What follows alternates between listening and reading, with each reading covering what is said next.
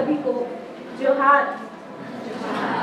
मेरा नाम सुरभि बा है। मैं पीजी सेमेस्टर 3 की छात्रा हूँ। आज मुझे एक ऐसी जनजाति के बारे में अपने विचार प्रस्तुत करने का अवसर प्राप्त हुआ है जो अपनी सादगी, प्रकृति प्रेम और पूर्वजों के प्रति आगाध श्रद्धा के लिए जानी जाती है। हम बात कर रहे हैं खड़िया जनजाति की। खड़िया जनजाति एक बहुत ही प्राचीन जनजाति है जो प्रकृति के बहुत करीब रहती है। यह जनजाति मुख्य रूप से 3 भागों में बटी हुई है: दूध खड़िया, ढेलकी खड़िया और पहाड़ी खड़िया।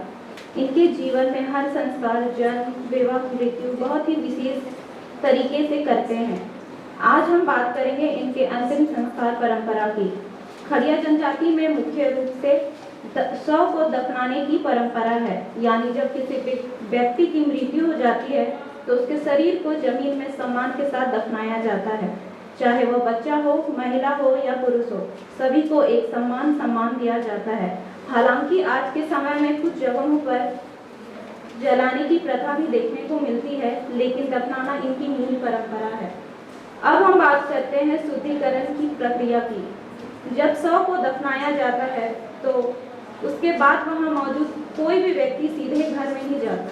सभी लोग पहले किसी नदी, तालाब, कुएं पर जाते हैं और वहां स्नान करते हैं या अपने हाथ पैर धोते हैं। इसका मतलब है वे खुद को शुद्ध करते हैं।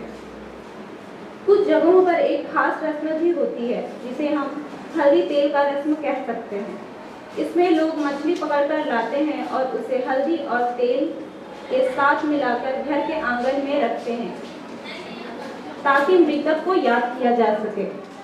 अब मैं बात करूंगी एक खास और भावनात्मक रस्म की, जिसे कहा जाता है छाया वितारना। इसका अर्थ है मृतक की आत्मा को घर में वापस बुलाना। खड़िया जनजाति का मानना है कि मृत्यु के बाद आत्मा भटकती है, इसलिए मृत्यु के बाद आत्मा, इसलिए उसके सम्मान में यह रस्म, इसलिए उसे सम्मान के साथ घर के पवित्र स्थान में बुलाया जाता है। यह रस्म बहुत ही श्रद्धा और भाव के साथ की जाती है। इस दौरान घर के पुराने मिट्टी के बर्तन को फेंक दिया जाता है और बाकी बर्तनों को अच्छी तरह से साफ किया जाता है। यहाँ यह बात भी ध्यान देने योग्य है कि छाया बिताने की परंपरा सभी लोगों द्वारा नहीं की जाती है।